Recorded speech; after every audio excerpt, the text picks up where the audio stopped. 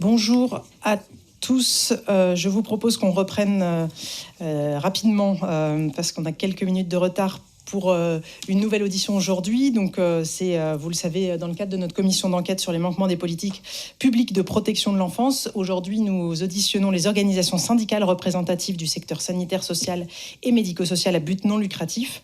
Alors, nous accueillons pour la CFDT Monsieur Benjamin Vittel, secrétaire national de la Fédération CFDT Santé Sociaux, responsable des diplômes et métiers du social.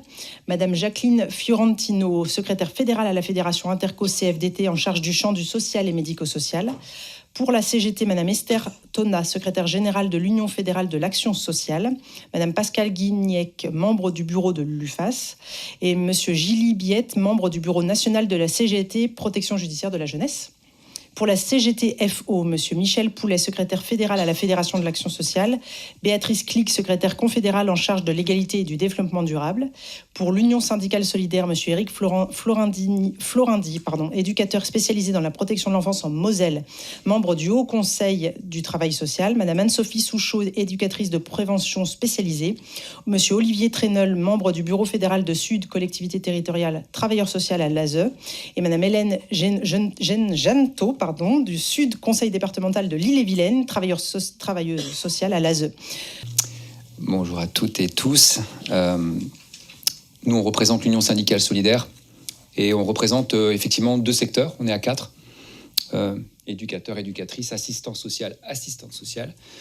On est des travailleurs sociaux de terrain. Nous représentons le secteur public puisque nous sommes agents territoriaux bossant dans des départements, plus précisément à l'ASE. Et nos collègues sont du secteur associatif. Je voulais déjà vous remercier de nous recevoir, puisqu'on a envie de dire un petit peu enfin, c'est que, sauf erreur de notre part, et à ce moment-là vous nous excuserez, c'est la première fois que des professionnels de terrain, c'est-à-dire qui étaient en gros en contact avec des gamins il n'y a pas longtemps, il y a quelques jours, hier, sont amenés à devoir s'exprimer devant vous, pour parler en gros de ce qui nous préoccupe depuis plusieurs mois, à savoir la question de la protection de l'enfance et notamment de ses manquements, puisque c'est le terme de la commission d'enquête. Nous, on pense en fait que peut-être ce qui aurait été bien, c'était que cette commission d'enquête commence par ça. C'est-à-dire que vous avez auditionné les collectifs d'enfants et d'anciens enfants placés, ce qui était hyper important puisque ce sont les concernés, mais sont aussi les concernés, celles et ceux qui, quotidiennement, auprès des gamins, auprès de leur famille, exercent ces missions de service public. Et pour le coup, on pense que ça arrive un petit peu tard et que peut-être que la première question qu'il aurait fallu poser aux professionnels, c'est de dire concrètement, dites-nous de quoi vous avez besoin pour faire juste normalement votre boulot. Or, malheureusement, alors, le questionnaire dont on a été dépositaire, il est intéressant, mais les questions de formation, le levier salarial, etc., c'est toutes des questions qui sont hyper importantes et qui, on a envie de dire, en fait, se posent pas depuis ces 3-4 dernières années, elles se posent depuis 30 ans, quoi. Donc, c'est pas des choses qui sont sur la table en termes d'actualité prégnante, c'est plus sur les conditions d'exercice. Donc, on se dit qu'on aurait peut-être dû commencer par là. Donc, on va essayer de jouer le jeu et d'être le plus bref possible. C'est pour ça que... pareil, c'était difficile aussi de s'exprimer en très peu de temps. Monsieur Taquet a eu 40 minutes hier, juste, parce qu'on suit vos travaux. On suit vos travaux. Là, on est, je ne sais pas combien, et on a juste... donc, on suit vos travaux, et c'est vrai que c'est dommage qu'on ait un temps aussi limité. Donc, je passe la parole à mes collègues, et puis on s'est organisé. Oui, merci. Si nous sommes réunis aujourd'hui, c'est bien que nous partageons le constat d'une protection de l'enfance à l'agonie. Les mots sont forts, mais ils sont vrais. Le travail social est traversé par une crise inédite. Actuellement, le financement de la protection de l'enfance repose sur les dotations de l'État qui sont insuffisantes. En dehors des dotations globales de l'État, les seules recettes des départements sont issues des ventes immobilières. Voilà, sans commentaire. Sans financement pérenne, il n'y a pas de politique publique possible en matière de protection de l'enfance. L'investissement n'est pas à la hauteur des besoins. Il en résulte qu'au moins 10% des enfants pour lesquels le juge pour enfants a ordonné une mesure de placement sont toujours en situation de danger à leur domicile.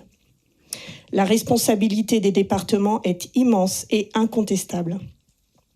Ils sont libres de leurs choix politiques en matière de budget et disposent du principe de libre administration. Ils devraient donc remplir leur mission de protection de l'enfance et sont pour autant défaillants. En répondant davantage à une logique marchande et de gestion des coûts, les départements négligent et abandonnent les besoins de protection des mineurs en situation de danger.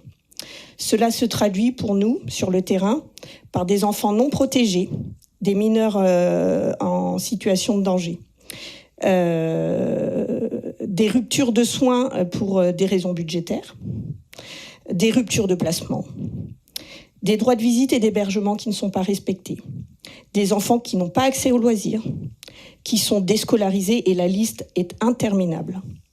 Ainsi, l'intérêt supérieur de l'enfant n'est plus une priorité et la Convention internationale des droits de l'enfant est négligée. Les départements ne sont évidemment pas les seuls responsables de cette agonie dénoncée depuis de nombreuses années. L'État a une responsabilité immense. Depuis 2007, les lois visant à réformer la protection de l'enfance s'empilent. La question de leur financement est totalement inexistante. À cela s'ajoute l'absence de contraintes et de contrôle de la mise en application des lois par les départements. Pour nous, le financement de la protection de l'enfance doit revenir à la charge de l'État qui dote les départements par péréquation sur la base des besoins identifiés par une instance indépendante. Cette dernière aura pour but de vérifier l'engagement effectif des départements dans leurs choix politiques en matière de protection de l'enfance afin de sanctuariser les budgets à la hauteur des besoins. Tous ces manquements ont des conséquences directes sur les enfants, évidemment, leurs familles et les professionnels. En tant que porte-parole des professionnels de la protection de l'enfance et du travail social, nous dénonçons les conditions de travail dégradées dans lesquelles nous sommes contraints d'exercer nos missions.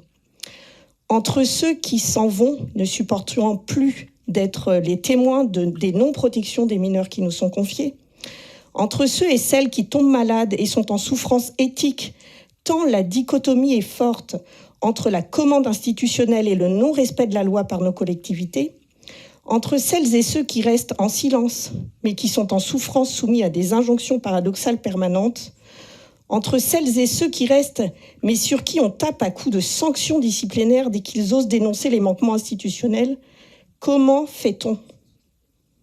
Comment, dans ce contexte, pouvez-vous nous parler d'attractivité pour les métiers du social sans prendre déjà soin de celles et ceux qui ont fait le choix de rester ? Le sous-effectif chronique et structurel dans les services depuis une décennie ne peut être décorrélé des choix politiques qui sont faits en matière RH. L'évaluation des agents au mérite, les rappels incessants au devoir d'obéissance, de loyauté, de réserve, les violences managériales, les absences non remplacées dans un tel contexte, impossible. L'exercice de nos métiers et missions exige du temps, de la disponibilité dans la relation à l'autre, de l'éthique et de la confiance en notre expertise professionnelle. Nous exigeons l'autonomie professionnelle qui nous permet d'imaginer, de créer et de proposer des accompagnements humains et émancipateurs. Nous exigeons un traitement humain des sujets de la protection de l'enfance. Nous refusons la notion de rentabilité dans l'action sociale, sans quoi nos professions perdent de leur sens et nos services sont désertés par les professionnels. Et du coup, vous aussi, mesdames et messieurs les députés, votre responsabilité est engagée quand il est question de voter le budget. Comment demander des économies aux collectivités territoriales, sachant que les conséquences sont délétères pour des enfants vulnérables qui seront les adultes de demain?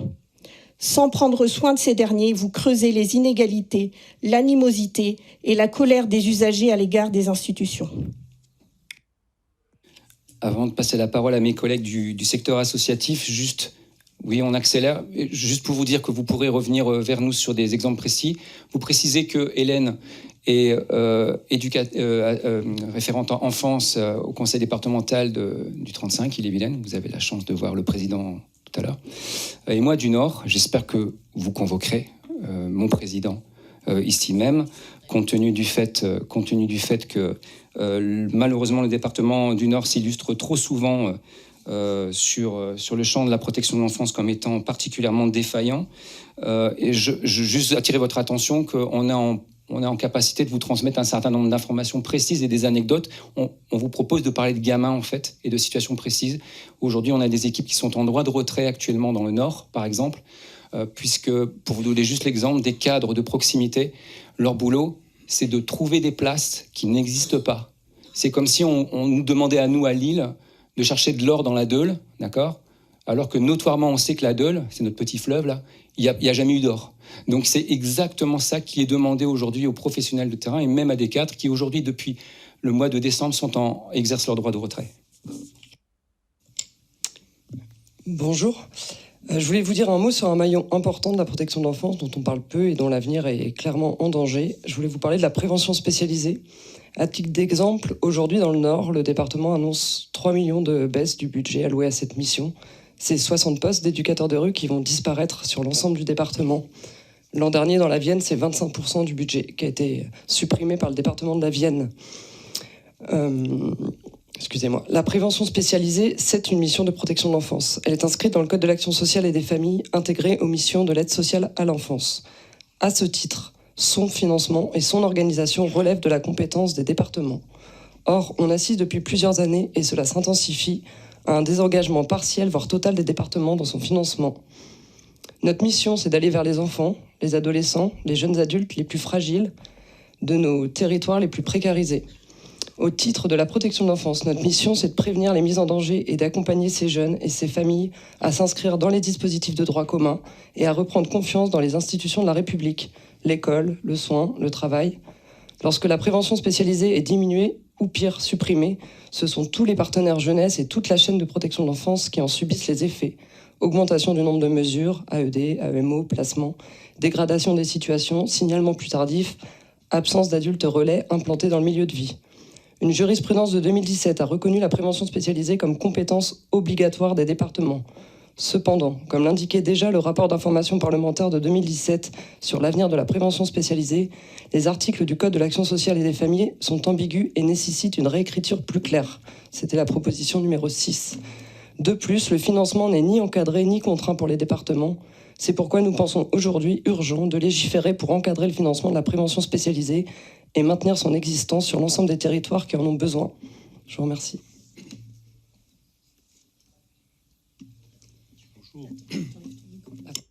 Oui, bonjour, juste pour compléter, faire un petit focus sur les établissements qui accompagnent les enfants et les adolescents. Une récente enquête de l'UNOPS mettait en avant qu'il y avait un taux de vacances dans les établissements de l'ordre de 9%. Alors on a parlé du manque d'attractivité, la question des salaires. Je rappelle que le livre vert du travail social met en avant qu'il fallait au minimum 30% d'augmentation dans le secteur pour retrouver de l'attractivité. Mais au-delà, et ça a été dit par mes collègues, il y a la question de la souffrance au travail qu'il ne faut pas prendre à la légère. Donc la souffrance au travail, que ce soit dans les collectivités territoriales, que ce soit dans les établissements.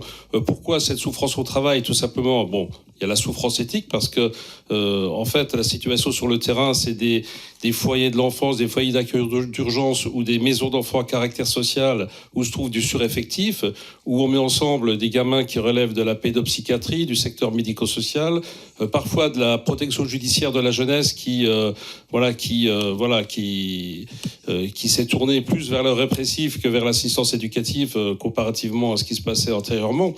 Mais également, on voit, comme on dit, un nouveau paradigme et quelque part une logique de se calquer sur la marchandisation. On parle de marchandisation du secteur, c'est pas un gros mot. C'est tout simplement parce que on a de plus en plus de managers, de gestionnaires à la place de personnes qui se retrouvent à des postes d'encadrement qui sont issus du terrain et qui sont plus soucieux de la rentabilité, des économies d'échelle que de l'accompagnement des gamins. Et ça amène de la concurrence entre établissements via des CEPOM, via des appels à projets, et une concurrence aussi entre salariés et agents de la fonction publique, via les lignes directrices de gestion dans le public ou, comme on l'a dit tout à l'heure, dans la convention collective unique là, qui est en train train d'être discuté, mais sur fond de... Enfin, en tout cas, la volonté des syndicats employeurs, c'est le salaire au mérite, qui va mettre en concurrence les salariés et les agents, et qui risque justement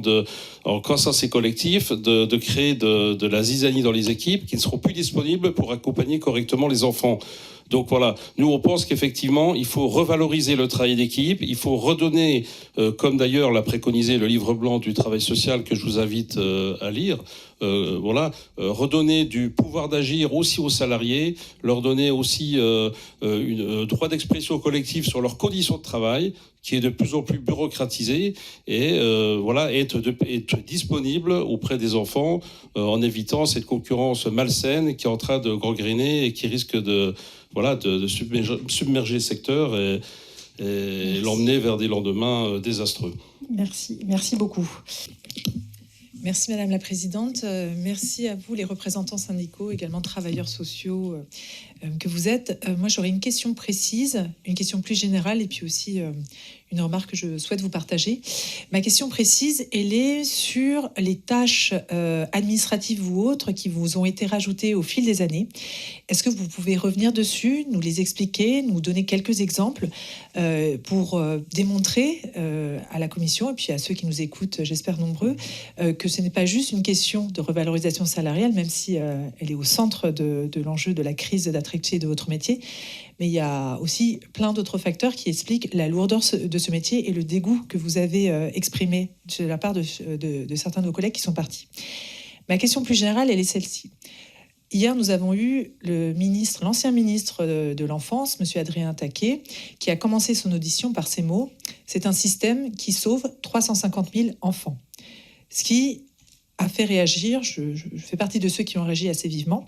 Il nous a vu réagir, il nous a dit « Ceux qui maintiennent que ce n'est pas vrai font partie de ceux qui désespèrent les travailleurs sociaux et les enfants. » Donc je voudrais avoir votre position là-dessus. Vous êtes les travailleurs sociaux.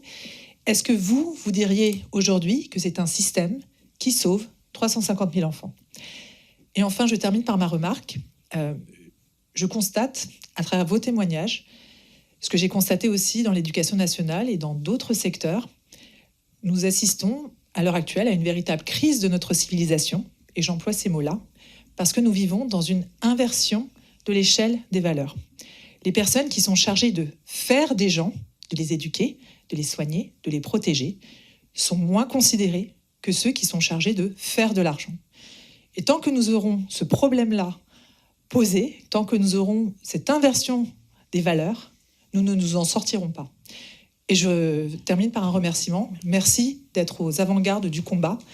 Nous savons que faire grève dans vos métiers, c'est difficile, que vous ne tenez pas autant les grèves que les cheminots ou autres, parce que vous savez que vous devez justement accompagner les enfants les plus en danger et les plus vulnérables dans la société. Beaucoup. Merci.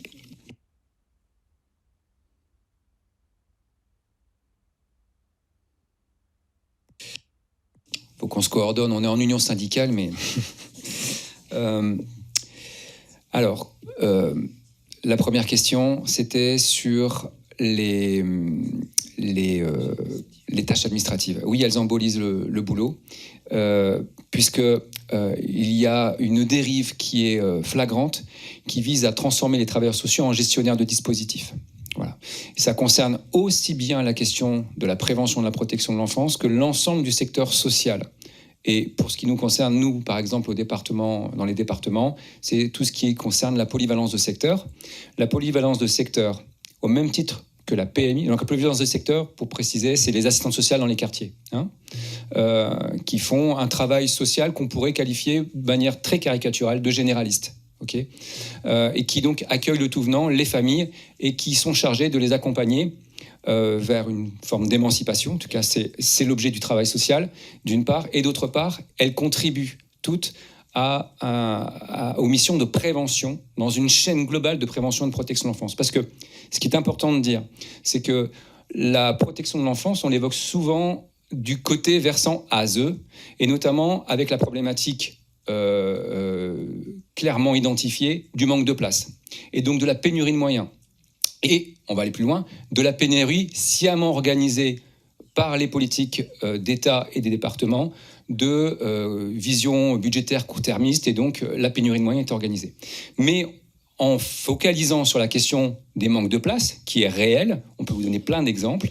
Le petit garçon de 4 ans sur Valenciennes, qui entre septembre 2023 et mars 2024 a connu 12 lieux de placement, 4 ans le Tchio, et ben le gamin de 4 ans, on a quand même eu des réflexions comme quoi ce gamin avait des troubles de l'attention et des troubles de la relation. Alors qu'on est en train de créer, par la pénurie de moyens, on est en train de le déglinguer. Donc ça, c'est la partie visible qu'on arrive à débunker à travers tous les exemples qui remontent ici et là. Mais il y a une partie invisible qu'il faut absolument mettre en évidence et qui, selon nous, est totalement hors radar. C'est tout le volet de la prévention qui est exprimé notamment par ma collègue et camarade sur la prévention spécialisée, mais aussi tout le boulot de la PMI, protection maternelle infantile, et des assistantes sociales de quartier dont je viens de vous parler, qui sont embolisés par des dispositifs et de la gestion de dispositifs et qui ne peuvent plus faire ce travail de prévention. Par manque de disponibilité, les permanences de secteur disparaissent, il y en a de moins en moins, les assistantes sociales sur les quartiers, les consultations de nourrissons, les consultations infantiles, les consultations gynécologiques, les consultations qui sont exercées par des médecins de PMI, pédiatres, des médecins gynécos, des puéricultrices, des infirmières, des psychologues PMI, des sages-femmes. Il y a aujourd'hui plus de consultations qui ferment que de consultations qui ouvrent. Or, ça fait partie des missions de prévention qui sont essentielles pour pouvoir justement faire ce travail en amont et éviter que des situations se dégradent et se terminent soit sur le bureau du parquet des mineurs, soit le bureau du juge, et donc en situation de placement ou avec une augmentation des informations préoccupantes. Et si on remet en gros les collègues sur du travail clinique, parce que on est formé à ça, en fait, c'est ça notre taf. Si on nous remet sur du travail clinique et qu'on nous exonère de toutes ces démarches, toute cette gestion de dispositifs, on veut emmener un gamin manger un midi dans le cadre d'une rencontre de fratrie, il faut faire je ne sais pas combien de notes pour pouvoir avoir les fonds juste pour lui payer un McDo à lui et ses frangins et frangines. Ça, c'est quelque chose qui, je vous le dis, moi, il y a 25 ans, quand j'ai commencé, ça n'existait pas. Ça n'existait pas. Et je veux juste dire une dernière chose par rapport à l'intervention de votre collègue juste avant. Nous, on fait partie de ceux qui pensons que le boulot ne change pas. Je vais même vous dire, les gamins ne changent pas. C'est les mêmes gamins que j'avais en 2000 sont les mêmes qu'aujourd'hui. C'est quoi qui change ? Le travail a toujours été difficile. Le boulot de travail social, ça a toujours été un boulot difficile. Mais on y allait. Et on n'y allait pas pour l'argent. Ça se saurait. On serait allé ailleurs. Donc, c'est pas le levier salarial qui nous a fait, à un moment donné, choisir d'aller là-dessus. D'autant que moi, homme, je fais un métier de femme, assistante sociale. Je peux vous dire, je sais ce que c'est qu'être payé quand on est une femme. Donc, c'est pas effectivement ça qui pose avant tout le problème, même si la question salariale est bien sûr omniprésente depuis des années, comme l'ont dit les collègues. Mais le problème, c'est le fait qu'on est aujourd'hui... le métier est difficile, mais il est rendu impossible. C'est ça la difficulté. C'est qu'aujourd'hui, il y a des structures, il y a la pédopsie, il y a la santé qui se sont retirées. Nous, on a la chance, dans le Nord, à bosser beaucoup avec les établissements belges où il n'y a pas eu ce recul-là et on a cette capacité à bosser avec eux en réel complément. Mais le boulot, les gamins sont les mêmes qu'il y a 20 ans. Le boulot est le même qu'il y a 20 ans. La formation, par contre, elle a changé. Merci. Parce qu'on dit, est-ce que la formation, elle est encore adaptée ? Mais non, la formation, elle a changé. Aujourd'hui, les collègues qui sortent d'école, on les prépare à gérer des dispositifs, mais tout ce qui est entretien, relation d'aide, ça disparaît. Tout ce qui est travail clinique, ça disparaît. La formation par les pairs, elle disparaît. Et aujourd'hui, les collègues qui sortent avec un diplôme d'État d'AEDUC ou d'AS ne sont plus opérationnels pour ces raisons-là. Et en plus, la formation continue, on dit qu'il faudrait faire de la formation continue, mais dans les conseils départementaux, la formation continue, c'est de l'argent. Vous savez, le pourcentage de la masse salariale qui est consacré à la formation continue, c'est walou. Merci beaucoup. Donc, en fait, il faut, à un moment donné... Ouais, excusez-moi, je reviens. Je suis désolée, franchement, c'est frustrant pour tout le monde, même pour nous, de ne pas pouvoir écouter jusqu'au bout. Madame Maximi, je vous laisse la parole. Merci Madame la Présidente. Oui, il faudrait des temps d'audition plus longs, je l'ai déjà dit hier, mais on a un problème méthodologique dans cette commission d'enquête. J'ai une autre chose à rajouter, c'est que sur les questions, les réponses par écrit, ok, mais elles doivent être transmises à tous les membres de la commission d'enquête, ce qui n'est pas le cas pour l'instant sur les questionnaires. Donc si je redemande tout officiellement d'avoir accès aux additifs qui vont être faits par les personnes auditionnées aujourd'hui. Je voulais dire aussi, vous remercier, parce que oui, ça fait du bien d'avoir en fait les meilleurs experts en fait de ce secteur, qui sont celles et ceux qui sont au quotidien près des enfants, et que c'était essentiel que cette audition ait lieu et qu'on ait plus de temps, je le redis. Dire aussi quand même, Madame la rapporteure, que en fait je crois que la PJJ est aussi au cœur de la question de la protection de l'enfance, et ça me semble compliqué de répondre que ce n'est pas le sujet, parce que notamment aujourd'hui, les questions de la PJJ sont fortement instrumentalisées. D'ailleurs, nous avons un texte odieux qui arrive lundi à l'Assemblée nationale qui vise à mettre à mal l'ordonnance de 45, le texte de Gabriel Attal. Donc je pense que c'est important de revenir aussi à la philosophie. Un enfant qui est dans la délinquance est avant tout un enfant en danger. Moi, j'avais une question très simple, enfin non, pas simple du tout, mais à chaque organisation, c'est selon vous, quelles mesures à prendre de manière immédiate dans la médiateté, et une autre mesure peut-être sur le temps plus long qui vous semble essentielle pour nous législateurs, qui devrait apparaître dans un rapport et dans un débouché législatif. Donc c'est à la fois simple, mais j'imagine très compliqué d'y répondre, mais j'aimerais avoir vos avis, s'il vous plaît. Ouais, c'est donc en réponse à la question de Madame la députée, juste dire que nous, on exerce des métiers du soin et on souffre exactement des mêmes maux que ceux de l'hôpital public. On ne dispense pas des mêmes soins, mais on dispense des soins. Et le mal, c'est la question de la pérennisation des budgets. On ne peut plus... Alors, on souscrit avec ce que vient de dire le camarade, c'est-à-dire qu'en fait, on ne peut plus fonctionner par offre de services, on ne peut plus fonctionner par appel à projet, on ne peut plus décider, comme l'a fait M. Taquet en 2019, sur un fonctionnement de conventionnement et d'appel aux bonnes volontés des départements qui seraient candidats pour mener telle ou telle chose, et on donnerait une enveloppe de X ou de... Voilà. La continuité du service public, elle nécessite un plan d'investissement massif, pluriannuel, pour qu'on puisse dégager déjà des perspectives pour nous exercer le travail sur le terrain.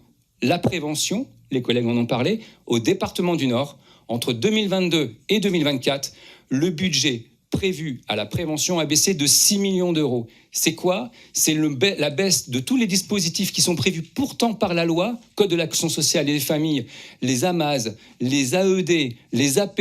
Aujourd'hui, on a des collègues qui travaillent ça avec les familles et qui ne peuvent pas l'exercer. Exemple, un seul exemple pour vous donner, pour l'incarner, une assistante sociale a travaillé avec un jeune couple dont la femme est tout juste majeure, 19 ans, jeune couple dans l'errance, sans domicile fixe, avec des problèmes d'addiction, et la jeune femme enceinte. L'assistante sociale a travaillé pendant des mois la confiance, parce qu'il y avait une défiance à l'égard des services sociaux, a travaillé la confiance pour pouvoir faire en sorte qu'au moment de la naissance de cet enfant, il y ait un accueil provisoire, donc une mesure de prévention prévue par la loi, mise à disposition des départements, dont le département a l'obligation de mettre en place, que puisse se mettre en place dans le cadre d'un accueil mère-enfant. Le couple adhère au bout de 2 semaines et 2 semaines de travail. La collègue fait sa demande à la hiérarchie, elle est remontée, réponse écrite. C'est « nous ne pouvons pas mettre en place la mesure d'accueil provisoire faute de moyens ». Le budget de 6 millions d'euros, qu'est-ce qui s'est passé ? La jeune femme a accouché à l'hôpital Dron de Tourcoing, au PP, à la maternité. Où est-ce qu'il est, le gamin ? Voilà, on est sur une mesure de placement. Et le gamin, il est où là ? Je ne peux pas vous dire où il est. À mon avis, il a fait X lieux de placement depuis. Donc la question du financement, aussi bien sur la prévention, elle est hyper importante. Et ça ne peut se faire que dans un plan pluriannuel d'investissement avec un engagement de l'État et des départements et du contrôle sur l'utilisation des deniers publics. Merci beaucoup. Madame Rouleau, je vous laisse la parole pour 2 minutes. Oui, je vais essayer d'être rapide parce que j'ai beaucoup de questions. Je remercie chacun et chacune. J'ai surtout des questions, Madame Hélène Jeannetot, et à vous, Monsieur Olivier Trunel. Alors, j'ai des choses qui m'ont fait bondir. Vous avez tout à l'heure parlé de sanctions disciplinaires si du personnel faisait remonter donc des manquements. Je voulais que vous m'indiquiez C'est vous, je crois, qui en avez parlé. Et je voulais que vous m'indiquiez pour vous les mesures qu'il faudrait prendre pour éviter cela. Est-ce qu'on pourrait penser à une cellule qui serait chargée de recueillir et à des dénonciations anonymes? Enfin, est-ce que vous avez réfléchi à ce sujet pour évidemment éviter ça? Deuxièmement, les placements domicile, je voulais avoir votre point de vue. Est-ce qu'il faudrait les supprimer ou pas? Troisièmement, j'essaie d'aller vite.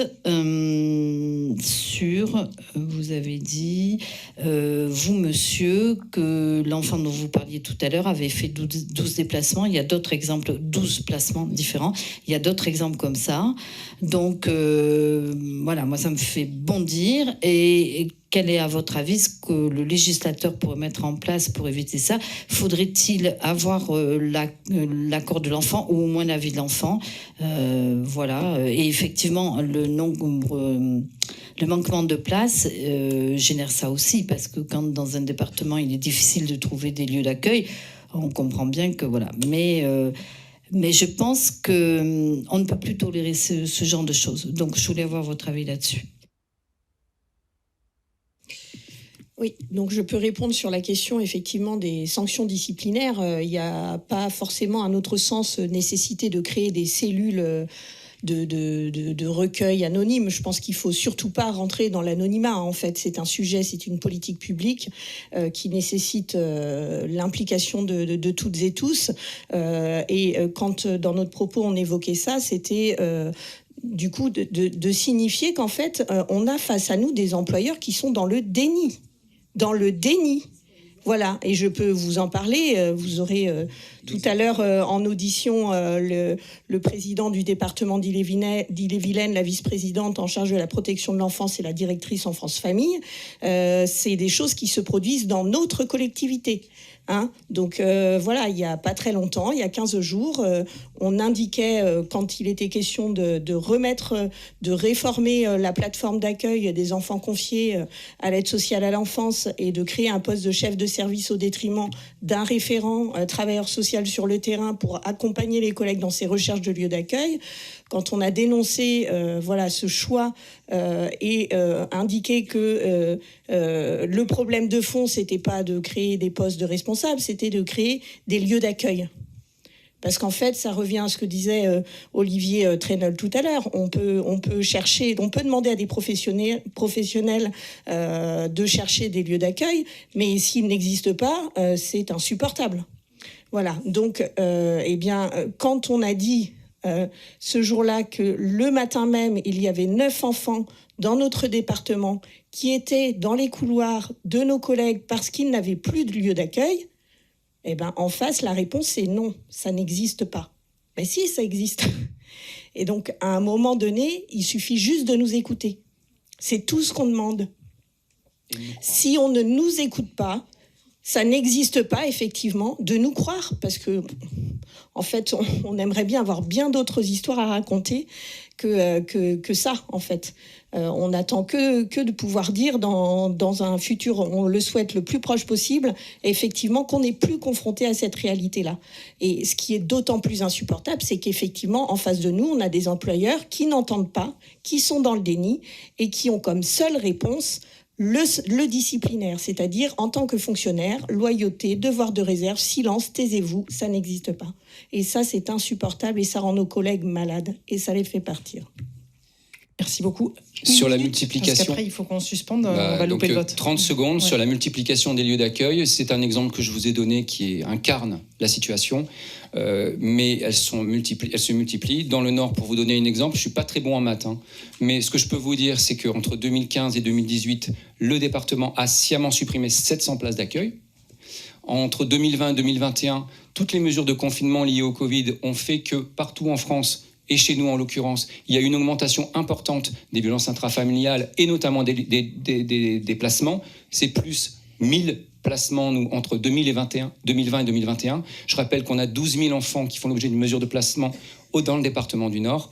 Et il n'y a eu qu'entre 2018 et aujourd'hui que 350 recréations de places. Donc quand on en supprime 700, qu'il y en a 1000 enfants en plus à protéger et qu'on ne recrée dans ce même temps que 350 places. Je suis pas très bon en maths, mais ça veut dire qu'en gros, on est dans la gestion de la pénurie et donc on est dans une situation qui est insupportable. Donc, réponse, réinvestissement pluriannuel de moyens de l'État et du département avec contrôle des budgets et une transparence sur les budgets, parce qu'il a fallu qu'on se mette en grève et qu'on se batte pour savoir qu'ils avaient supprimé 6 millions d'euros sur la prévention. Merci beaucoup. Juste sur la question des placements à domicile, 30 secondes. 30 secondes. La Cour de cassation s'exprime sur le sujet. Le placement à domicile n'est pas possible. Par contre, il existe beaucoup de dispositifs qui ressemblent fortement sur le terrain, enfin en fonction des départements, au placement à domicile, y compris des remises en cause de la magistrature, puisque des décisions prononcées par les juges des enfants en matière d'assistance éducative sont tout simplement piétinées par certains départements, qui mettent en place des listes d'attente, justement, qui laisse les gamins et les gamines à domicile avec une petite surveillance, mais voilà, on rappelle quand même que l'enfance en danger, c'est pas juste celle qui prend des coups, mais c'est aussi celle qui souffre de violences psychologiques, etc.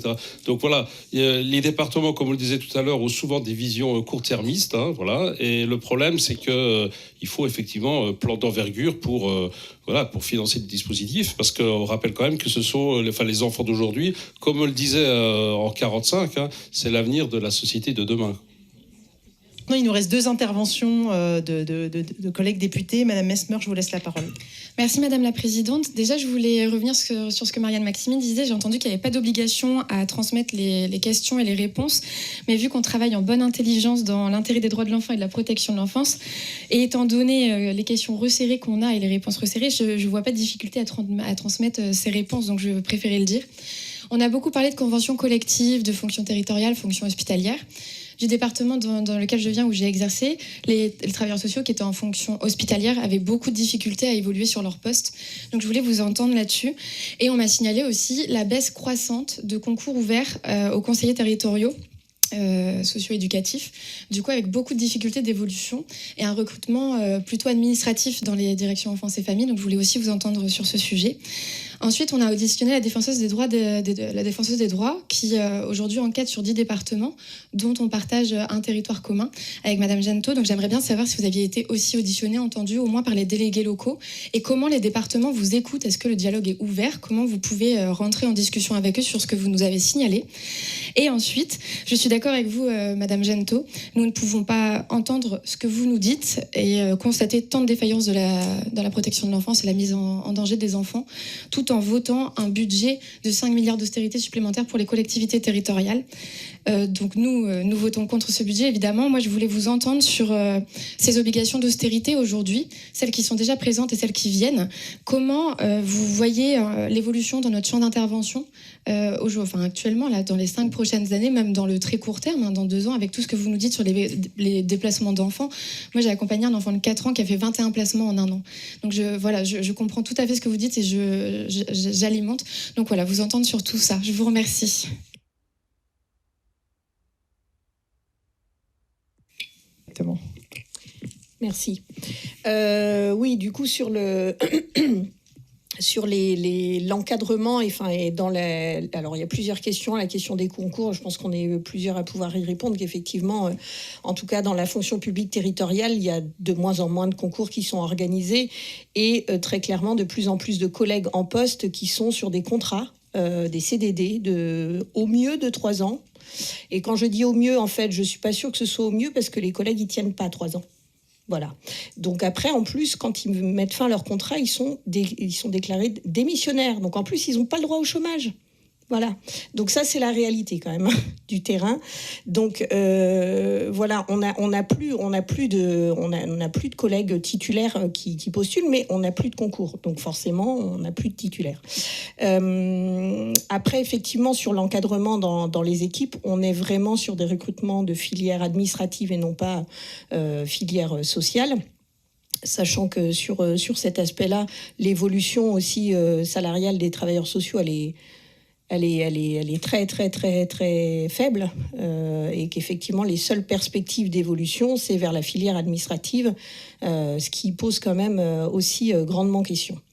Et donc, on se retrouve effectivement avec des responsables qui n'ont pas forcément de connaissances, qui savent encadrer des équipes, mais pas spécifiquement ce que c'est que la protection de l'enfance, le travail social, la PMI et tout ce qu'on a évoqué, la grande précarité, l'insertion professionnelle, etc. Donc il y a ces aspects-là. Il y a la façon dont on peut, je l'évoquais un petit peu tout à l'heure, avoir une discussion aussi en tant qu'organisation syndicale avec nos employeurs sur les réalités de terrain que vivent nos collègues.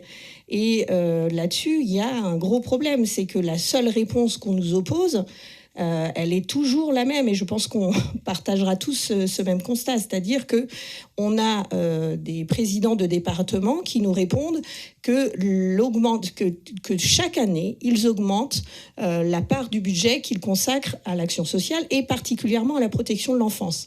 Mais je rejoins Olivier Trenel qui disait qu'il a fallu demander des chiffres et des détails précis, ligne par ligne, pour se rendre compte de la réalité de ce propos qui est tellement généraliste qui ne veut rien dire.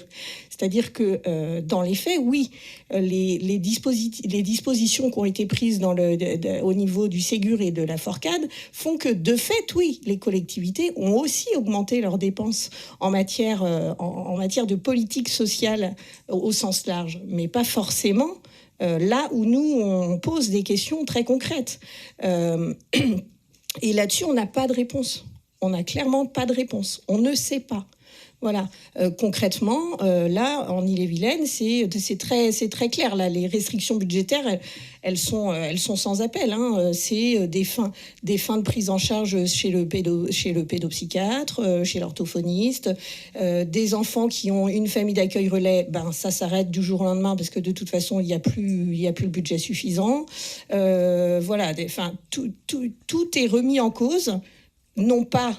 Et c'est quand même ce qu'impose le Code de l'action sociale et des familles, parce que l'intérêt supérieur de l'enfant le nécessite, mais parce que financièrement, c'est le seul argument qui est opposé. Il faut faire des choix. Mais la loi, elle fixe pas les choix sur la base de la marge de manœuvre financière. La loi, elle impose que les choix qui sont faits dans le cadre de l'accompagnement et de la prise en charge d'un enfant à l'aide sociale à l'enfance, c'est bien l'intérêt supérieur de l'enfant qui doit guider toutes ces décisions. Et ça n'est pas le cas. Voilà, ça n'est absolument pas le cas. Et en fait, on ne parle pas la même langue. Donc nous, qu'est-ce qui se passe une fois qu'on en est là? Qu'est-ce qui se passe? Merci beaucoup. Juste un mot sur les assistantes familiales, parce qu'on n'en a pas parlé, mais parce qu'on parlait de... Oui, je sais bien, mais parce qu'elles relèvent de notre champ aussi, elles sont nos collègues. Elles ne dépendent, parce qu'on parle de statut là, elles ne dépendent ni du Code du travail, elles dépendent à la fois du Code du travail, du Code de l'action sociale des familles, donc elles sont sur un statut totalement précaire. Elles sont que depuis peu, loi Taquet, payées au SMIC. On a fait là-haut là chez nous. Hein. Donc c'est quelque chose qui est assez hallucinant. Et juste pour répondre, parce que c'est vrai que Madame la députée avait posé la question sur les 350 000 enfants qu'on sauve, soi-disant. Nous, on n'est ni curé ni pasteur, donc on ne sauve personne. On a juste la prétention d'essayer de tenter de protéger ces enfants. Mais pour ça, il faut que l'émission elle soit rendue possible. Je renvoie à mon intervention de tout à l'heure, c'est que le métier est difficile, mais il l'a toujours été et c'est pas grave. On a signé pour, mais il est rendu impossible. Merci question beaucoup. de l'austérité budgétaire. Je suis désolée. Est-ce qu'on pourrait avoir les questions par écrit de façon à répondre, parce que c'était quand même des questions importantes. Je paraphraserai juste l'Union des employeurs de l'économie sociale et solidaire, 183 000 emplois supprimés. Suite. Je suis vraiment désolée pour les frustrations que je suscite malgré moi. C'était pas l'objectif, mais le problème c'est que si je redonne la parole à quelqu'un, je dois la donner à tout le monde et on va pas s'en sortir, comme on a une audition qui devait reprendre à 16h et qui est un peu décalée. Je suis vraiment navrée. En effet, on peut continuer à échanger par écrit tout ce que vous n'aurez pas eu la possibilité de nous dire. Faites-nous passer ça et puis ce sera transmis aux députés qui appartiennent à la commission d'enquête. Merci beaucoup, encore navré. Merci de votre présence et merci pour tout ce que vous avez fait passer comme message. Merci.